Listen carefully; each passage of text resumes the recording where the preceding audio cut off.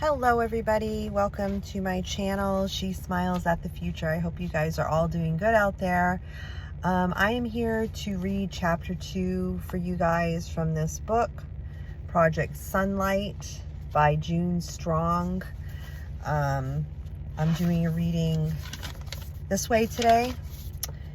I figured I'm in my car.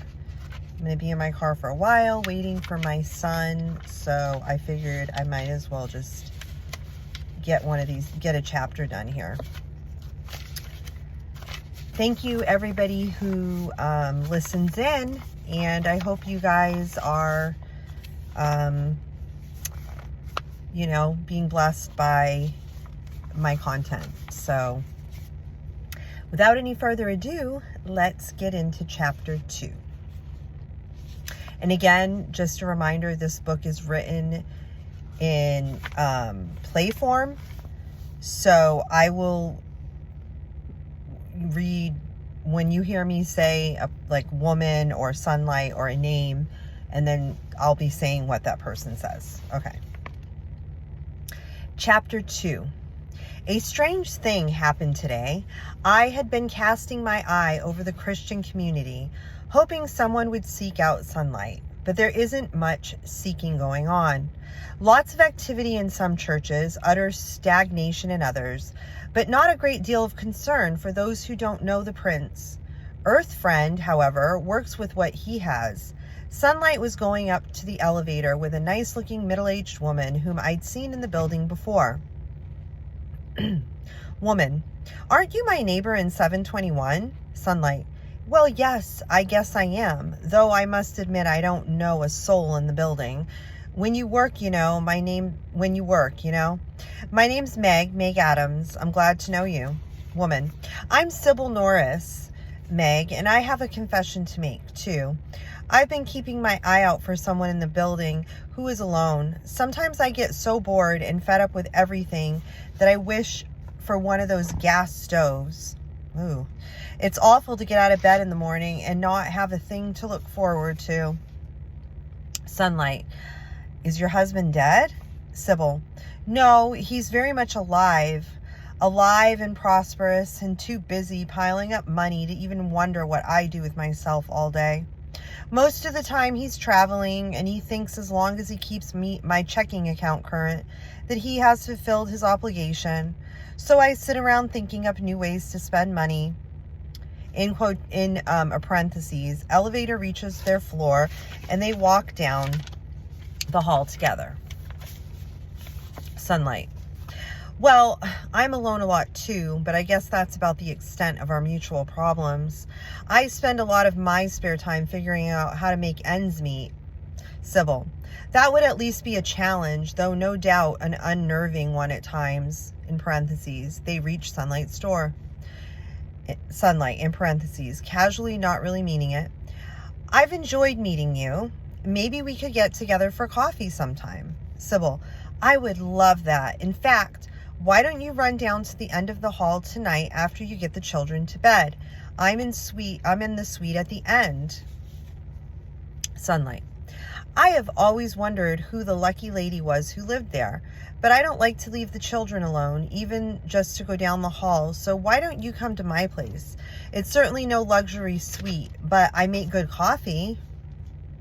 Sybil: hey, I'm looking forward to it already. What time? Sunlight: the kids should be settled down by 9. See you then. I knew by the way Sunlight set about picking up the things in the apartment she was a little impatient with what she had gotten herself into, but somehow I have a good feeling about this new friendship. Sybil has an openness and an honesty that I like. In parentheses, Jenny and Carol are lying on the living room rug watching reruns of the Flintstones. Sunlight: we have to fix a quick supper and get this place straightened up. I have a friend coming over after you girls go to bed. Carol: is it Michael? We want to see him too. Sunlight: no, it's not Michael. It's just the lady who lives in that big apartment down at the end of the hall. I met her in the elevator. You can say hello to her if you get into bed pronto afterwards. Jen, help me with supper, and Carol, pick up all the junk around on the floors. Jenny, quietly: I'm not doing very well in school, Mom. Sunlight, what do you mean you're not doing very well in school? You've always been a top student. Jenny, I can't seem to concentrate anymore. My mind just wanders around. Mrs. Morrison scolded me today. She said it was just plain carelessness for me to get a 65 on a math test. Sunlight, Jen, what happened? Are you getting careless? Jenny, I don't know, Mom. I look at the tests and I just don't know the answers like I used to. Sometimes when Mrs. Morrison is talking, I realize all of a sudden I haven't even heard a word that she has said for 5 minutes. Sunlight, well, you better start listening, young lady. Maybe I need to talk with Mrs. Morrison. Now let's eat. Carol, in parentheses, a fork full of macaroni and cheese poised midair. I'm glad Jen's not hauling A's anymore. Now my report cards won't look so bad beside hers. Sunlight, just eat, will you? Your father expects both of you to keep your grades up. I think you're watching too much television. All of those old movies after school aren't meant for kids. When Sybil comes, the girls are in the nightgowns and still moist from the tub, appraise her silently. Carol is tiny and dark like her parents, but Jennifer just resembles some more distant ancestor, for she's tall for her age and with her hair the color of ripe wheat. Sybil's response to them is warm but low-key. After Carol kisses her mother goodnight, she goes to Sybil, pixie face upturned, and asks, "You want one too?" She's always the more outgoing of the children, with a lovable elfin quality. Jennifer runs deep and is not handling her parents' separation well. She says goodnight politely and goes off to bed with a display of affection. Sybil and Sunlight chat about superficial matters, then Sunlight talks about her marriage. Sunlight, Jim and I were married young, too young, I suppose. The spring I graduated from high school, he was 2 years ahead of me and well into college. We'd been high school sweethearts, and somehow our romance survived the separation. There'd been times when I'd been so tempted to date when he was gone, but I'm sure those swinging college girls must have been a temptation to him too. But we were really in love, and the weekends he came home, home made the waiting all the worthwhile. The first years of our marriage were perfect. I worked so he could finish school because there was no money. We lived simply. When Jim graduated and Jenny was born, we thought the struggle was all behind us and only joy ahead. Jim was hired as a science teacher in the same suburban high school where he's teaching now. Eventually, we bought a house and Carol was born. Everything was ordinary but wonderful. I thought it would always be like that. We'd work to get the girls through college, become useful in the community, and grow old together. And it was that way for 8 years. Then one night, after the girls were in bed and Jim was wiping the dishes for me, he said, "Meg, I've fallen in love with someone else." Just like that. That's when my life ended.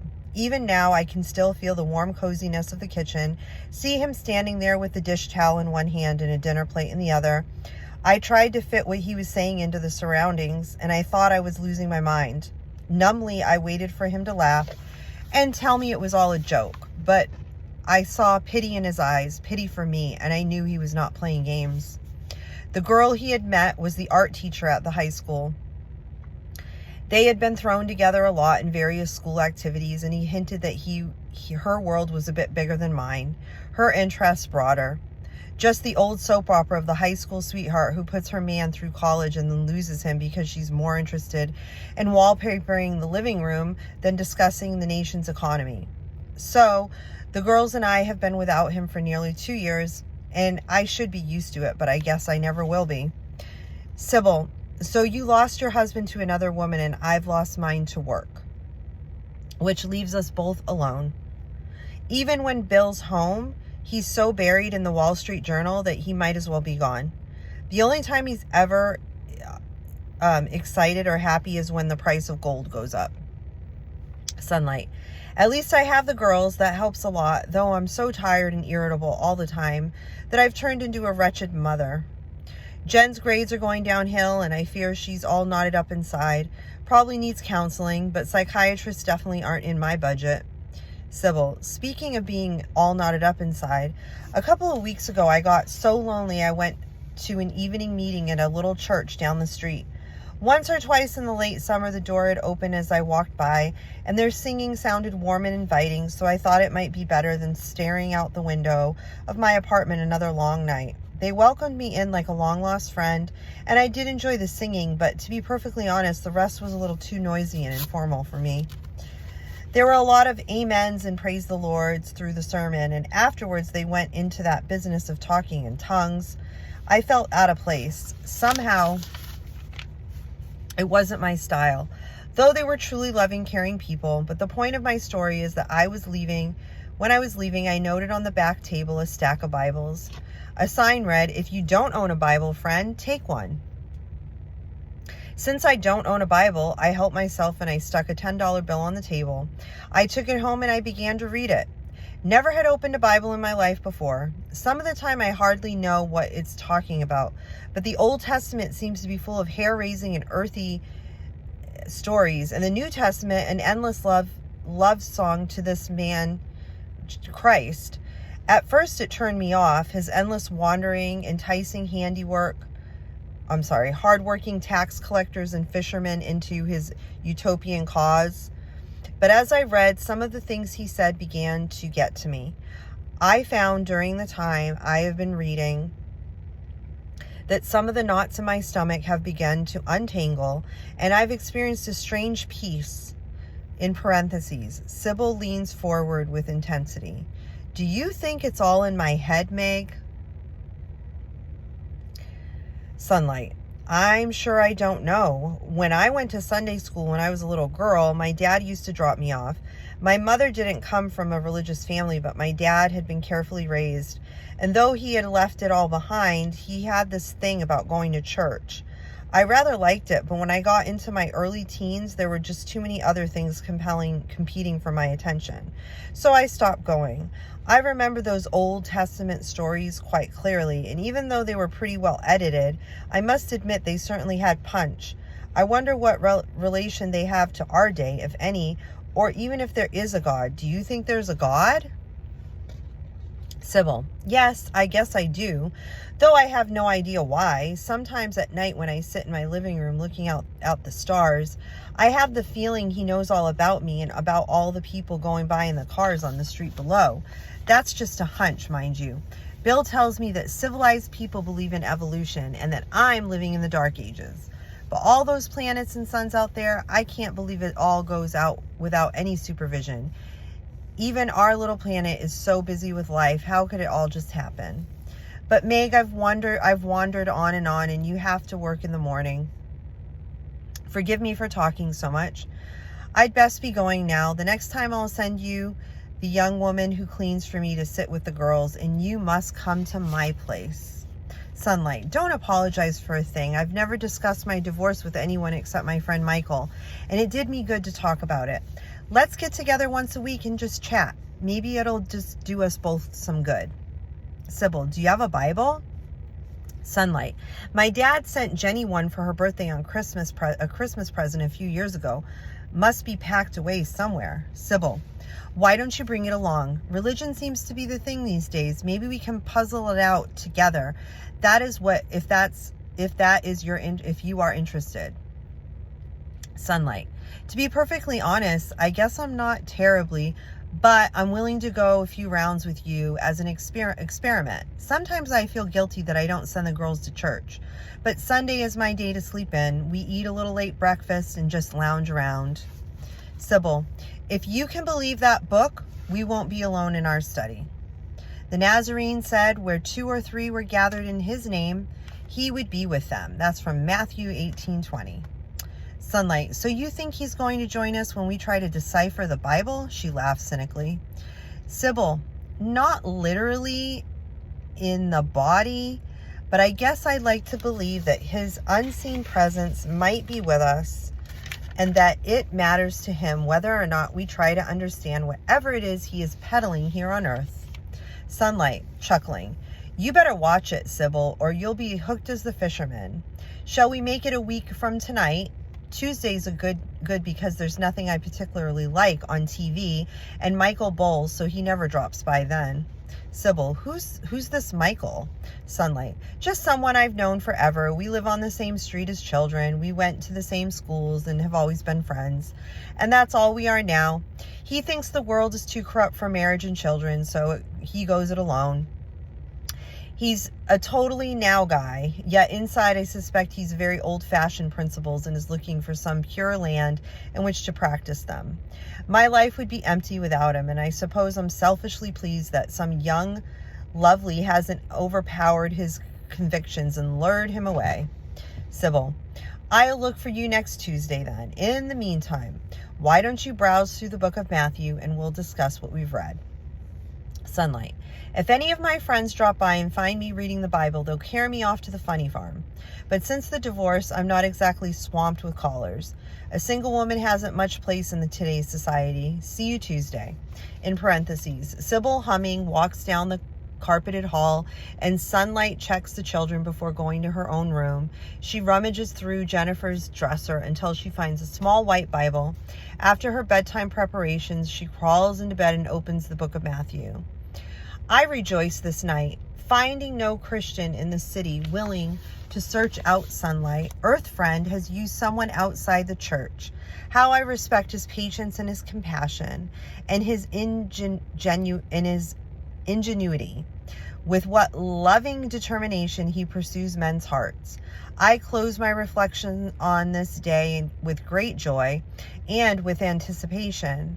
How will Sunlight respond to the teachings of the Prince? Okay, guys, so that was chapter number 2 of Project Sunlight.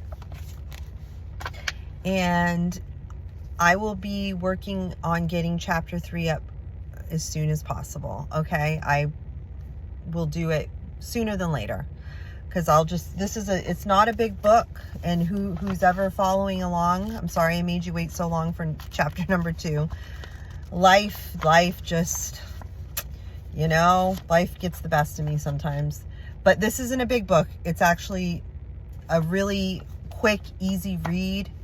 So I'll go through it. I should be able to go through it pretty quickly. So guys, I hope you're enjoying this book, and I hope you guys are staying close to the Lord, staying focused on Jesus, and until next time, guys, God bless. And always remember, no matter what's going on, there's always a reason to smile because of Jesus. Until next time, guys, God bless.